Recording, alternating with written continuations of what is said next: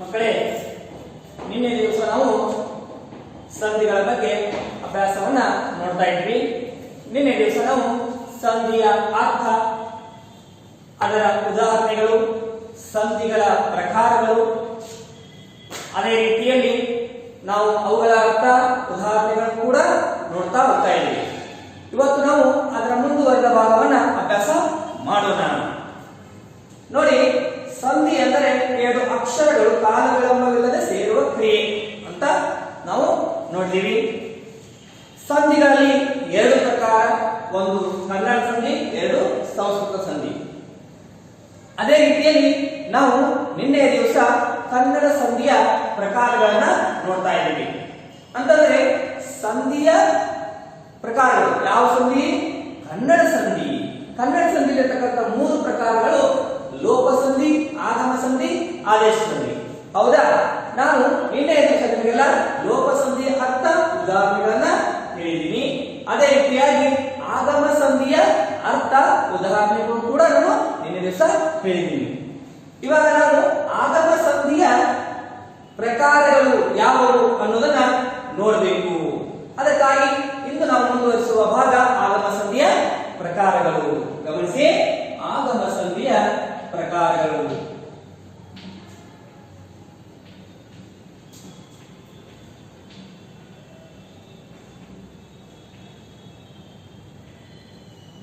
ನೋಡಿ, ಆಗಮ ಸಂಧಿಯಲ್ಲಿ ಮುಖ್ಯವಾಗಿ ಎರಡು ಪ್ರಕಾರಗಳು ಬರುತ್ತವೆ. ಅದರಲ್ಲಿ ಒಂದನೆಯದಾಗಿ ಯಕಾರಾಗಮ ಅಂತ ಹೇಳಿ ನಾವು ಕರಿತೀವಿ. ಯಕಾರಾಗಮ ಸಂಧಿ. ಗಮನಿಸಿ, ಯಕಾರಾಗಮ ಸಂಧಿ. ಯಕಾರ ಆಗಮ ಸಂಧಿ ಅಂದ್ರೆ ಏನು? ಯಾವಾಗ ಯಕಾರಾಗಮವನ್ನು ನಾವು ನೋಡ್ತೀವಿ ಅಂದ್ರೆ ಇಲ್ಲಿ ನೀವು ಗಮನಿಸಬೇಕು.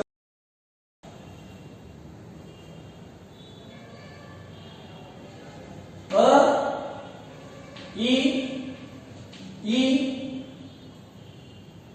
ಎ ಐ ಈ ಒಂದು ಏನಪ್ಪ ಅಂತಂದ್ರೆ ಸ್ವರಗಳ ಮುಂದೆ ಸ್ವರವು ಬಂದಾಗ ಅಲ್ಲಿ ಇವುಗಳ ಮಧ್ಯೆ ನಾವು ಯಕಾರಗಮವನ್ನ ಬಳಸಬೇಕು. ನೋಡಿ, ಒಂದು ಉದಾಹರಣೆ ನಿಮಗೆ ನಾನು ಹೇಳ್ತೀನಿ. ಅ ಇ ಎ ಐ ಈ ಸ್ವರಗಳ ಮುಂದೆ ಸ್ವರದ ಮುಂದೆ ಸ್ವರವು ಬಂದಾಗ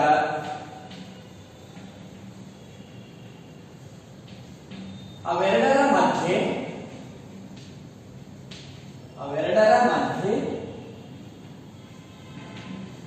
ನಾವು ಯಕಾರಗಮವನ್ನ ತೆಗೆದುಕೊಳ್ಳಬೇಕು.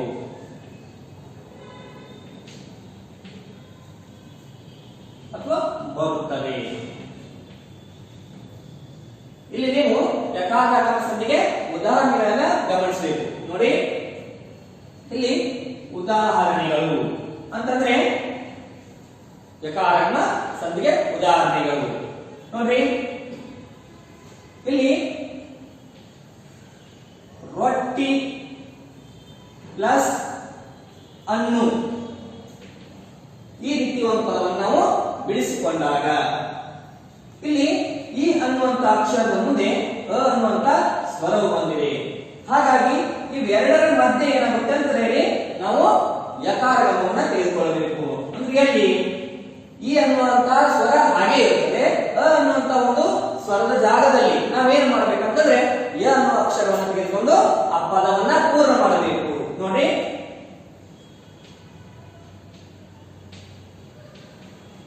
ರೊಟ್ಟಿಯನ್ನು. ಸರಿ, ಇದರ ಅರ್ಥ ತಮಗೆ ಆಗಿರಬಹುದು ಅನ್ಕೋತೀನಿ. ಅದೇ ರೀತಿಯಲ್ಲಿ ನೋಡ್ರಿ, ಈಗ ಐಕಾರ ಇದೆ. ಈಗ ಐಕಾರ ನೋಡಿ, ಕೈ ಪ್ಲಸ್ ಅನ್ನು. ಹೌದಾ? ಕೈ ಪ್ಲಸ್ ಅನ್ನು ಇದೆ. ಇಲ್ಲಿ ಐಕಾರ ಇದೆ, ಅದರ ಮುಂದೆ ಅ ಅನ್ನೋ ಸ್ವರ ಇದೆ. ಈಗ ನಾವು ಈ ಕೈ ಅನ್ನುವಂತ ಸ್ವರ ಹಾಗೆ ಉಳಿದಿರುತ್ತದೆ, ಅದನ್ನ ಬದಲಾವಣೆ ಮಾಡಬೇಕಂತೂ ಅ ಅನ್ನುವಂತ ಅಕ್ಷರವನ್ನು ನಾವು ತೆಗೆದುಹಾಕಿ ಕೂಡಿಸುವಾಗ ಅಥವಾ ಸಂಧಿ ಕಾರ್ಯ ಮಾಡುವಾಗ ಯ ಅನ್ನುವಂತ ಒಂದು ಅಕ್ಷರವನ್ನು ತೆಗೆದುಕೊಳ್ಳಬೇಕು. ಅದು ಅವಾಗ ಪೂರ್ಣವಾಗುವುದು, ಆ ಪದದ ಅರ್ಥ ಸರಿಯಾಗಿ ಪೂರ್ಣವಾಗುವುದು. ಅರ್ಥ ಆಯ್ತಾ? ಈ ರೀತಿ ಅದೇ ರೀತಿ ನೋಡ್ರಿ, ಈಗ ಏಕಾರ ಅಂತ ಇದೆ ಇಲ್ಲೊಂದು. ಏಕಾರ ಅಂದ್ರೆ ಯಾವ ರೀತಿ? ಕೆರೆ ಪ್ಲಸ್ ಅಲ್ಲಿ ಅಂತ ಇಟ್ಕೊಳ್ಳಿ. ಈಗ ರೇದಲ್ಲಿ ಏಕಾರ ಇದೆ, ಅದ್ರ ಮುಂದೆ ಇರ್ತಕ್ಕಂಥ ಸ್ವರ ಅ ಅನ್ನುವಂಥದ್ದಿದೆ. ಈಗ ಕೆರೆ ಅನ್ನುವ ಶಬ್ದ ಬದಲಾವಣೆ ಆಗೋದೇ ಇಲ್ಲ. ಇಲ್ಲಿ ಆಗ್ಬೇಕಾದದ್ದು ಉತ್ತರ ಪದದಲ್ಲಿರ್ತಕ್ಕಂಥ ಸ್ವರ. ಆ ಸ್ವರದ ಬದಲಿಗೆ ನಾವು ಏನ್ ಮಾಡ್ಬೇಕಂತಂದ್ರೆ ಅಲ್ಲಿ ಯಕಾರವನ್ನ ತೆಗೆದುಕೊಳ್ಳಬೇಕು ಎಂಬುದನ್ನ ಈ ನಿಯಮ ನಮಗೆ ಯಕಾರ ಸಂಧಿ ನಿಯಮ ತಿಳಿಸಿಕೊಡುತ್ತದೆ. ಸರಿಯಾಗಿ ಗಮನಿಸಿ. ಈಗ ಕೆರೆಯಲ್ಲಿ ಏನು? ಕೆರೆಯಲ್ಲಿ ಅಂತಕ್ಕಂಥದ್ದು ಈಗ ಈ ಒಂದು ಪದರಚನೆ ಆಗುತ್ತದೆ. ಹೀಗೆ ನಾವು ಏನಪ್ಪಾ ಅಂತಂದ್ರೆ ಯಕಾರ ಗಮ ಸಂಧಿ ಅನ್ನೋದನ್ನ ತಿಳಿದುಕೊಳ್ಳಬೇಕು. ಈ ರೀತಿ ಅದು ಕ್ರಿಯೆ ನಡೆಯುತ್ತದೆ, ಅಥವಾ ಈ ರೀತಿ ಸಂಧಿ ಕಾರ್ಯಗಳು ಈ ಒಂದು ಯಕಾರ ಗಮ ಸಂಧಿಯಲ್ಲಿ ನಡೆಯುತ್ತವೆ. ಹೀಗೆ ನೀವು ಮನೆಯನ್ನು, ಮನೆಯಲ್ಲಿ ಬೇರೆ ಬೇರೆ ಉದಾಹರಣೆಗಳನ್ನ ತೆಗೆದುಕೊಂಡು ಅಭ್ಯಾಸ ಮಾಡಿ. ಇನ್ನು ಇದರ ಎರಡನೆಯ ಪ್ರಕಾರ ಅಂತಂದ್ರೆ ಆಗಮ ಸಂಧಿಯ ಎರಡನೆಯ ಪ್ರಕಾರವನ್ನ ನಾವು ನೋಡಬೇಕು. ಹಾಗಾದ್ರೆ ಆಗಮ ಸಂಧಿಯಲ್ಲಿರ್ತಕ್ಕಂಥ ವಕಾರಗಮ ಸಂಧಿ ನಿಯಮ ಏನು? ಅದು ಯಾವ ರೀತಿ ರಚಿತವಾಗುತ್ತದೆ ಅನ್ನೋದನ್ನು ಕೂಡ ಗಮನಿಸಿ. ನೋಡ್ರಿ, ಎರಡನೆಯದು ವಕಾರಾಗಮ ಸಂಧಿ. ಹಾಗಾದ್ರೆ ವಕಾರಗಮ ಸಂಧಿ ಯಾವ ರೀತಿಯಲ್ಲಿ ಆಗುವುದು? ಇಲ್ಲಿ ಹೇಗೆ ಅಕ್ಷರಗಳು ಇವೆಯೋ ಹಾಗೆ ಅದಕ್ಕೂ ಒಂದು ಏನಪ್ಪಾ ಅಂದ್ರೆ ಕೆಲವೊಂದಿಷ್ಟು ನಿಯಮಗಳು ನಾವು ನೋಡ್ತೀವಿ. ಯಾವ ರೀತಿ? ಉ ಉ ರು, ಹೌದಾ? ಓ ಅಥವಾ ಓ, ಈ ಸ್ವರಾಕ್ಷರಗಳು ಬಂದಾಗ ಎಲ್ಲಿ? ಪೂರ್ವ ಪದದ ಕೊನೆಯ ಸ್ವರ. ಈ ಸ್ವರಗಳು ಬಂದಾಗ ಅದರ ಮುಂದೆ ಅಥವಾ ಇವುಗಳ ಮುಂದೆ ಬೇರೊಂದು ಸ್ವರ ಬಂದು ಪದ ರಚನೆಯಾಗುವಾಗ ಅಥವಾ ಸಂಧಿ ಕಾರ್ಯ ಆಗುವಾಗ ಅಲ್ಲಿ ವ ಅನ್ನುವಂತ ಅಕ್ಷರವನ್ನು ನಾವು ಸೇರಿಸಿಕೊಳ್ಳಬೇಕು. ಗಮನಿಸಿ, ಇಲ್ಲಿ ಈ ಸ್ವರಗಳ ಮುಂದೆ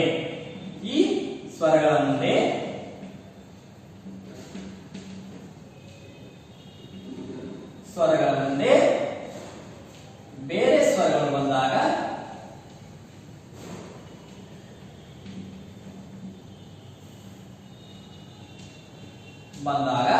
ವಕಾರವನ್ನು ನಾವು ಸೇರಿಸಬೇಕು. ಏನ್ ಸೇರಿಸಬೇಕು? ವಕಾರವನ್ನ ಸೇರಿಸಿ ಪದ ಪೂರ್ಣ ಮಾಡಬೇಕು.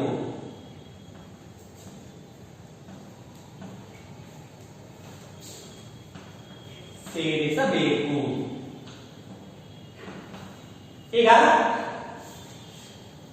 ಈ ವಕಾರಗಮ ಸಂಧಿಗೆ ಇರುವಂತ ಕೆಲವು ಉದಾಹರಣೆಗಳನ್ನ ನೀವೀಗ ನೋಡಿಕೊಳ್ಳಿ, ಸರಿಯಾಗಿ ನೋಡಿಕೊಳ್ಳಿ. ಉದಾಹರಣೆ, ಈಗ ಹೂ ಇದೆ. ಹೂ ಅಕ್ಷರಕ್ಕೆ ನಾವು ಅದರ ಬದಲಿಗೆ ವ ಅನ್ನೋದನ್ನ ತೆಗೆದುಕೊಳ್ಳಬೇಕು. ಹೇಗೆ? ಗಮನಿಸಿ. ಮಗು ಪ್ಲಸ್ ಹಣ್ಣು. ಈಗ ನೀವು ಇಲ್ಲಿ ಕೊನೆಯ ಸ್ವರ ಮಗು ಅಂತ ಒಂದು ಅಕ್ಷರದಲ್ಲಿ ಹೂ ಅನ್ನುವಂತ ಸ್ವರ ಸೇರಿದೆ. ನೋಡ್ರಿ, ಹೂ ಅನ್ನುವಂತ ಸ್ವರ ಸೇರಿದೆ, ಹೌದಾ? ಇಲ್ಲಿ ಮುಂದ್ಗಡೆ ಬೇರೊಂದು ಸ್ವರ ಬಂದಿದೆ. ಆಗ ಈ ಮಗು ಅನ್ನುವಂತ ಶಬ್ದ ಹಾಗೆ ಉಳಿದುಕೊಂಡು ಇಲ್ಲಿ ಅನ್ನುವಂತಹ ಒಂದು ಏನು ಶಬ್ದ ಇದೆಯಲ್ಲ ಅಥವಾ ಒಂದು ಪ್ರತ್ಯಯ ಇದೆಯಲ್ಲ, ಈ ಪ್ರತ್ಯಯಕ್ಕೆ ಏನಾಗುತ್ತೆ ಅಂದ್ರೆ ಇಲ್ಲಿ ಅ ಅನ್ನುವಂತಹ ಆ ಒಂದು ಸ್ವರದ ಸ್ಥಳದಲ್ಲಿ ನಾವು ವಕಾರವನ್ನ ಸೇರಿಸಬೇಕು. ಇಲ್ಲಿ ಯಕಾರವನ್ನ ಸೇರಿಸಿದ್ರೆ ಅದರ ಅರ್ಥ ಕೆಟ್ಟು ಹೋಗುತ್ತದೆ. ಅದಕ್ಕಾಗಿ ಅದಕ್ಕೆ ಸರಿಯಾದಂತ ಅಕ್ಷರ ಯಾವಂದ್ರೆ ಇಲ್ಲಿ ಯ ಅಲ್ಲ, ವ ಅನ್ನುವುದು. ಮಗುವನ್ನು ಅಂತ ಹೇಳ್ತೀವಿ. ಏನು? ಮಗುವನ್ನು. ಈಗ ನಾವು ಯಕಾರಗಮನಂತೆ ನಾವು ಮಗುಯನ್ನು ಹಾಕುವುದಿಲ್ಲ. ಮಗುಯನ್ನು ಅಂತಂದ್ರೆ ಅದು ತಪ್ಪಾದ ಸಂಧಿಕಾರ್ಯ. ಮಗುವನ್ನು ಅಂತಂದ್ರೆ ಅದು ಅರ್ಥ ಇರುವಂತ ಪದ ರಚನೆ ಆಗುತ್ತದೆ. ಇನ್ನು ನೀವು ಇಲ್ಲಿ ಓಕಾರವನ್ನ ತೆಗೆದುಕೊಳ್ಳಬಹುದು. ಯಾವುದು? ಓಕಾರವನ್ನ ತೆಗೆದುಕೊಳ್ಳಬಹುದು. ನೋಡ್ರಿ, ಆ ಪ್ಲಸ್ ಓಲೆ ಈ ರೀತಿ ಇದೆ. ಹೌದಾ? ಏನು ಆ ಪ್ಲಸ್ ಓ ಇದೆ. ಇಲ್ಲೂ ಕೂಡ ಏನಾಗುತ್ತಂದ್ರೆ ಓ ಅಂತಕ್ಕಂಥ ಒಂದು ಸ್ಥಳದಲ್ಲಿ ವ ಅಂತಕ್ಕಂಥದ್ದು ಬರ್ತದಲ್ಲ, ಅದು ಇಲ್ಲಿ ರಚಿತವಾಗುತ್ತದೆ.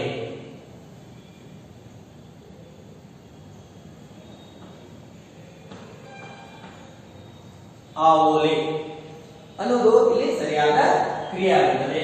ಇದಕ್ಕೆ ನೀವು ಇನ್ನೊಂದು ಸೇರಿಸಬಹುದು, ಆ ಅನ್ನುವಂಥ ಅಕ್ಷರ ಕೂಡ ಇಲ್ಲಿ ನಾವು ನೋಡ್ತೀವಿ. ಆ ಅನ್ನುವಂಥ ಅಕ್ಷರ ಕೂಡ ನಾವು ಸೇರಿಸಬಹುದು ಇಲ್ಲಿ. ಅಂದ್ರೆ ಇಲ್ಲಿ ಅದಕ್ಕೆ ಸಂಬಂಧಪಟ್ಟ ಉದಾಹರಣೆ ಸಿಕ್ತು ಅಂತ. ಇನ್ನು ನೋಡಿ, ನೀವು ಕದ ಪ್ಲಸ್ ಅಲ್ಲಿ, ಸಾರಿ ಕದ ಪ್ಲಸ್ ಅನ್ನು, ಇಲ್ಲಿ ಅಕಾರ ಇದೆ, ಅಕಾರ ಇದೆ. ಅಕಾರ ಮುಂದೆ ಅಕಾರ ಬಂದಾಗ ಅಲ್ಲೂ ಕೂಡ ನಾವು ಕದವನ್ನು ಅಂತಕ್ಕಂಥದ್ದನ್ನ ಅರ್ಥವನ್ನ ಹೊಂದಿರತಕ್ಕಂಥ ಒಂದು ಸಂಪೂರ್ಣ ಶಬ್ದವನ್ನ ಇಲ್ಲಿ ರಚನೆ ಮಾಡಬಹುದು. ಇಲ್ಲಿ ಬಂದಂಥದ್ದು ವ ಅನ್ನುವಂತ ಅಕ್ಷರ. ಹೀಗೆ ನಾವು ಏನ್ ಮಾಡ್ತೀವಿ, ಒಂದು ವಕಾರಗಮ ಯಕಾರಗಮ ಅಂತೇಳಿ ಎರಡು ಒಂದು ಭಾಗವನ್ನು ನಾವು ಇಲ್ಲಿ ನೋಡ್ತೀವಿ. ಇದು ಆಗಮ ಸಂಧಿಯಲ್ಲಿರತಕ್ಕಂಥ ಪ್ರಕಾರಗಳು. ಮತ್ತೊಮ್ಮೆ ನೋಡಿ, ಇಲ್ಲಿ ಅಕಾರಗಳ ಮುಂದೆ ಏನಾಗುತ್ತೆ ಅಂದ್ರೆ ಬೇರೊಂದು ಅಕ್ಷರ ಬಂದಾಗ ಅದನ್ನು ನಾವಿಲ್ಲಿ ನೋಡಿ, ಈ ಇದೆ, ಇದರ ಮುಂದೆ ಅ ಇದೆ, ಅವಾಗ ಅಲ್ಲಿ ಯ ಅಂತ ಅಕ್ಷರ ಬಂತು. ಈ ರೀತಿ ಹಲವಾರು ರೀತಿ ನಾವು ಏನ್ ಮಾಡ್ತೀವಿ, ಇದರ ಸಂಪೂರ್ಣ ಜ್ಞಾನವನ್ನ ಪಡ್ಕೊಳ್ತೀವಿ.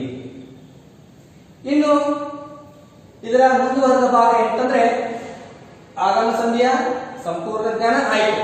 ಇನ್ನು ನಮಗೆ ಆಗಬೇಕಾದದ್ದು ಇನ್ನೂ ಒಂದು ಕನ್ನಡ ಸಂಧಿ ಇದೆ, ಅದು ಆದೇಶ ಸಂಧಿ. ಯಾವ ಸಂಧಿ? ಆದೇಶ ಸಂಧಿ. ಹಾಗಾದ್ರೆ ಆದೇಶ ಸಂಧಿ ಯಾವ ರೀತಿಯಲ್ಲಿ ತನ್ನ ಸಂಧಿ ಕಾರ್ಯವನ್ನ ಮಾಡಿ ತೋರಿಸುತ್ತದೆ ನಮಗೆ, ಅಥವಾ ಅದರ ನಿಯಮಗಳು ಏನು ಅನ್ನೋದನ್ನ ಈಗ ನಾವು ತಿಳಿದುಕೊಳ್ಳೋಣ.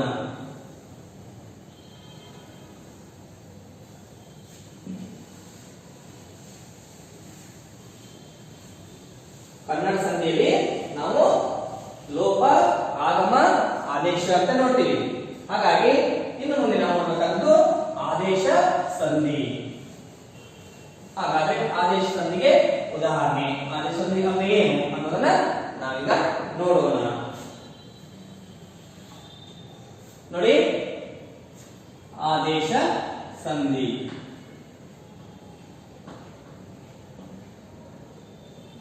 ಆದೇಶ ಸಂಧಿ ಇದರ ಅರ್ಥವೇನು?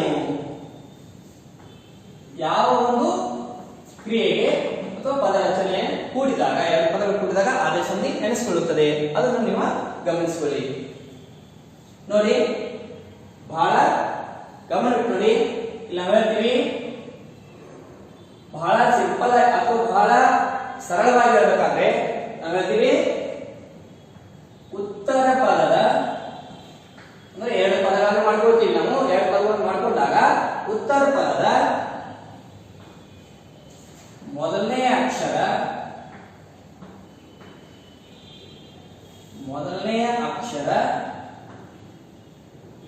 ಕ, ತ, ಪ ಗಳಿದ್ದು ಅವುಗಳ ಬದಲಿಗೆ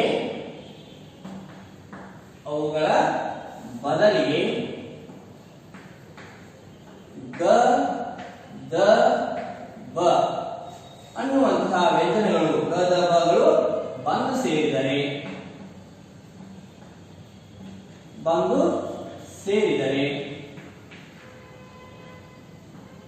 ಆ ಸಂಧಿಯನ್ನು ನಾವು ಆದೇಶ ಎನ್ನುತ್ತೇವೆ ಅಥವಾ ಆದೇಶ ಸಂಧಿ ಎನ್ನುತ್ತೇವೆ.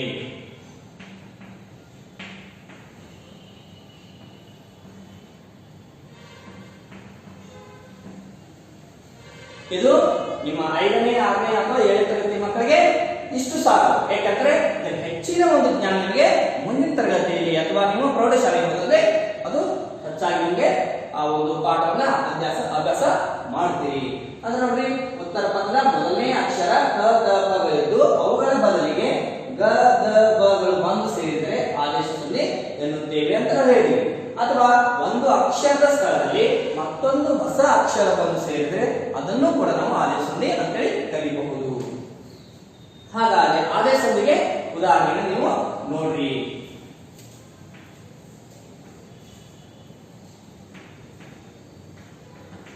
ನೋಡ್ರಿ ಆದೇಶ ಸಂಧಿಗೆ ಉದಾಹರಣೆ. ಈಗ ಒಂದು ನೋಡ್ರಿ,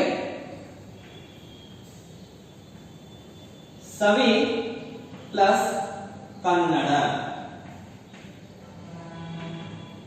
ಹೌದಾ? ಸವಿ ಪ್ಲಸ್ ಕನ್ನಡ. ಇಲ್ಲಿ ಮೊದಲನೇ ಪದ ಸವಿ, ಇದು ಪೂರ್ವ ಪದ. ಕನ್ನಡ ಅನ್ನುವಂಥ ಪದ ಇದು ಎರಡನೇ ಪದ, ಇದು ಉತ್ತರ ಪದ.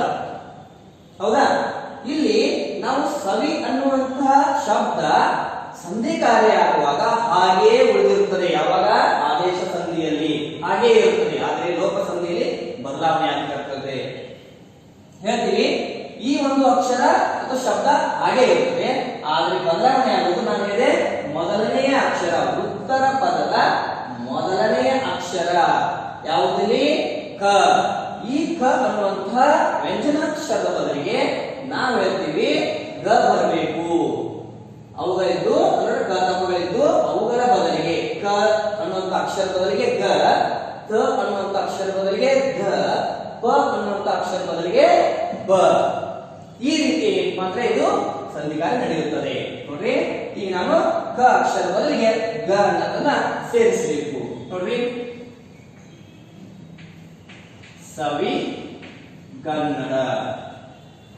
ಇಲ್ಲಿ ಕ ಅನ್ನುವಂಥ ಅಕ್ಷರ ಬಿಡಿಸಿದಾಗ ಬಂದಿತ್ತು, ಆದರೆ ಕೂಡಿಸಿದಾಗ ಗ ಅನ್ನುವಂಥ ವ್ಯಂಜನ ಸೇರಿದೆ. ಹೀಗೆ ಇದು ಆದೇಶ ಸಂಧಿಯಲ್ಲಿ ಬದಲಾವಣೆ ಆಗ್ತಾ ಇರುತ್ತದೆ. ಇನ್ನು ಕೂಡ ಇನ್ನೊಂದು ಉದಾಹರಣೆ ನೋಡಿ ನೀವು. ಈಗ ನಾವು ಮಳೆ ಪ್ಲಸ್ ಕಾಲ. ಹೌದಾ? ಮಳೆ ಪ್ಲಸ್ ಕಾಲ. ಇಲ್ಲಿ ಮಳೆ ಅನ್ನುವ ಶಬ್ದ ಹಾಗೆ ಉಳಿಯುತ್ತದೆ.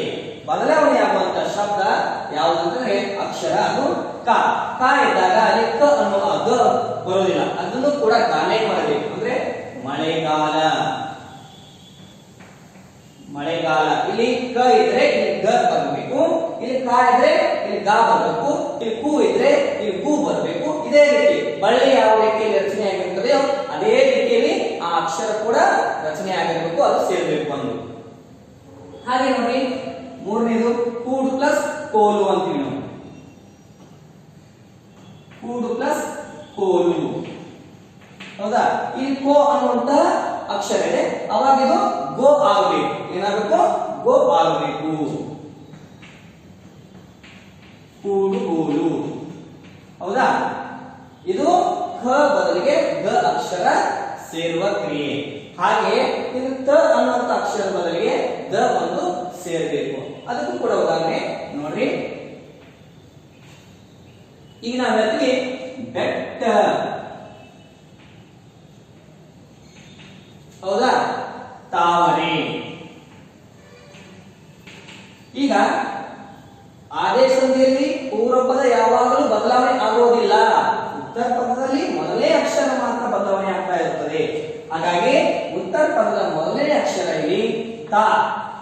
ತ ಅಂದಲ್ಲಿ ಇದರ ಬದಲಾವಣೆ ಆದಾಗ ಅಥವಾ ಸಂಧಿ ಕಾರ್ಯ ಆದಾಗ ಇದು ತ ಹೋಗಿ ದ ಅನ್ನುವಂತ ಅಕ್ಷರ ಬರುತ್ತದೆ. ಅದಕ್ಕಾಗಿ ನಾವು ಕೂಡಿಸಿದಾಗ ಅಂತ ಹೇಳಬೇಕು ಬೆಟ್ಟದಾವರೆ.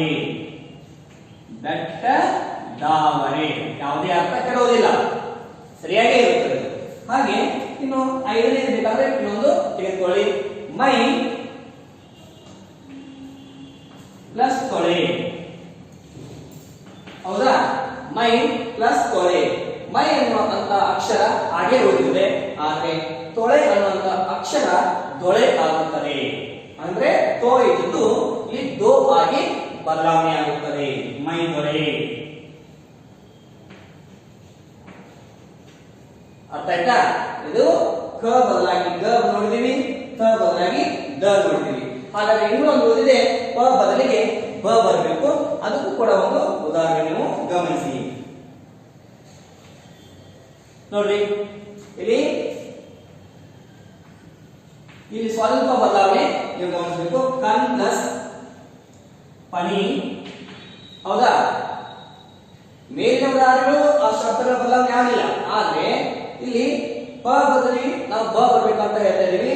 ಇಲ್ಲಿ ಬಂದದ್ದು ಪ.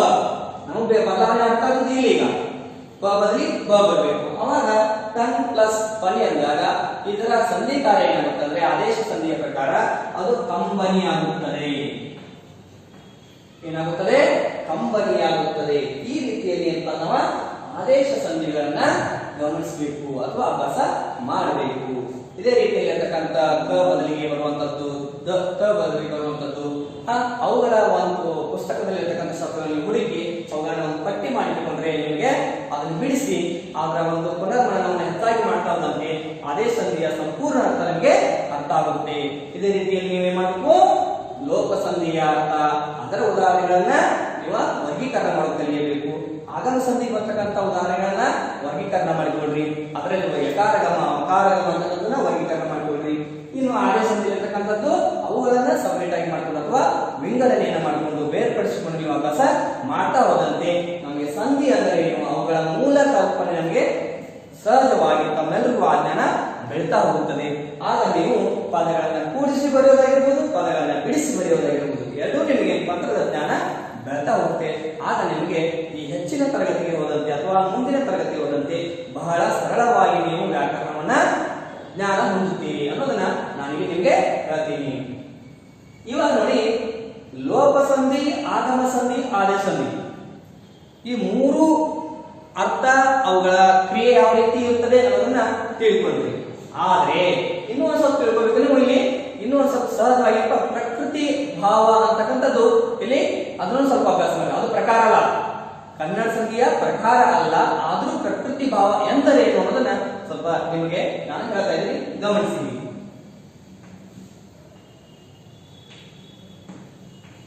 ಪ್ರಕೃತಿ ಭಾವ ಅಂತೇಳಿ ಇನ್ನೂ ಒಂದು ಬರುತ್ತದೆ.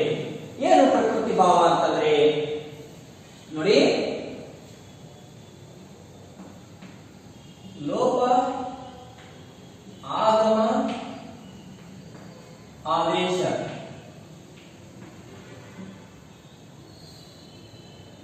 ಸಂಧಿಗಳು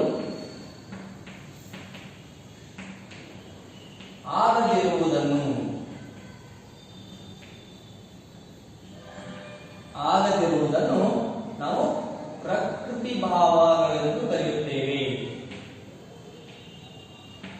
ಪ್ರಕೃತಿ ಭಾವಗಳೆಂದು ಅಥವಾ ಪ್ರಕೃತಿ ಭಾವ ಎನ್ನುತ್ತೇವೆ.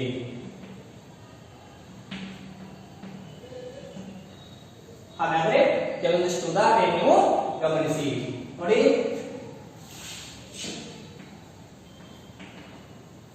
ಹೇಳ್ತೀವಿ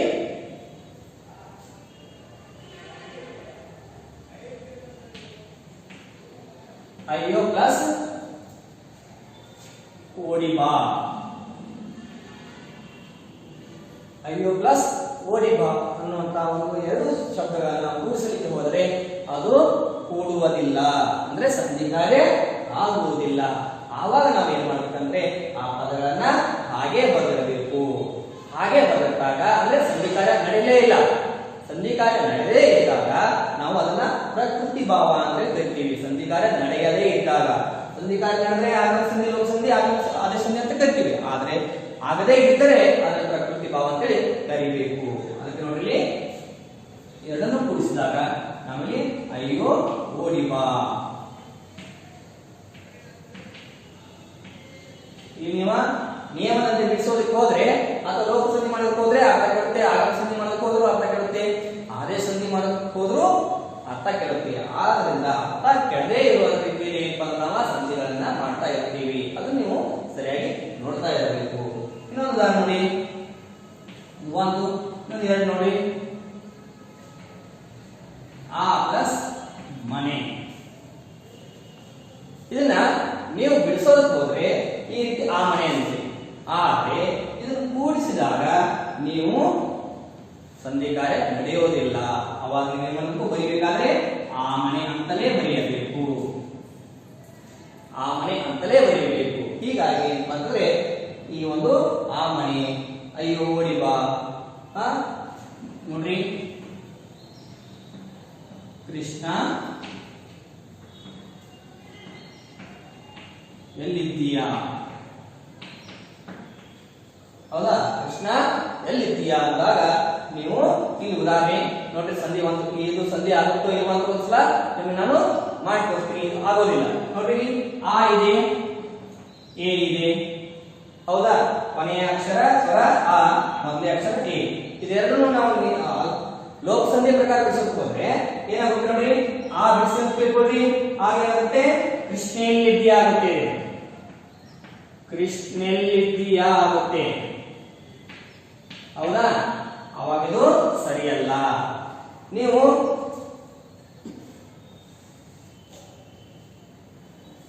ಇನ್ನು ಲೋಪ ಸಂಧಿ ಆಗಲಿಲ್ಲ, ಇಲ್ಲಿ ನೀವು ಆಗಮ ಸಂಧಿ ಮಾಡಕ್ಕೆ ಹೋಗಿ ಇಲ್ಲಿ ಇರತಕ್ಕಂಥ ಏನು ಅಕ್ಷರ ಏನ ಸೇರಿಸ್ತೀರಾ ಗಮನಿಸಿ. ಕೃಷ್ಣ ಎಲ್ಲಿದ್ದೀಯಾ, ಹೌದಾ? ಕೃಷ್ಣ ಎಲ್ಲಿದ್ದೀಯಾ ಅನ್ನೋದಕ್ಕಿಂತ ಕೃಷ್ಣ ಎಲ್ಲಿದ್ದೀಯಾ ಆಗುತ್ತೆ. ಸ್ವಲ್ಪ ಇಲ್ಲಿ ಅದು ಅರ್ಥ ಸರಿಯಾಗಿ ಬರುವುದಿಲ್ಲ. ಅದೇ ರೀತಿ ನೀವು ಆದೇಶ ಮಾಡಕ್ಕೆ ಹೋದ್ರು ಕೂಡ ಇಲ್ಲಿ ಕ ದ ಪ ಮೂರು ಅಕ್ಷರಗಳು ಇಲ್ಲ, ಅದು ನಾವು ಮಾಡೋಕ್ಕೆ ಬರುವುದಿಲ್ಲ.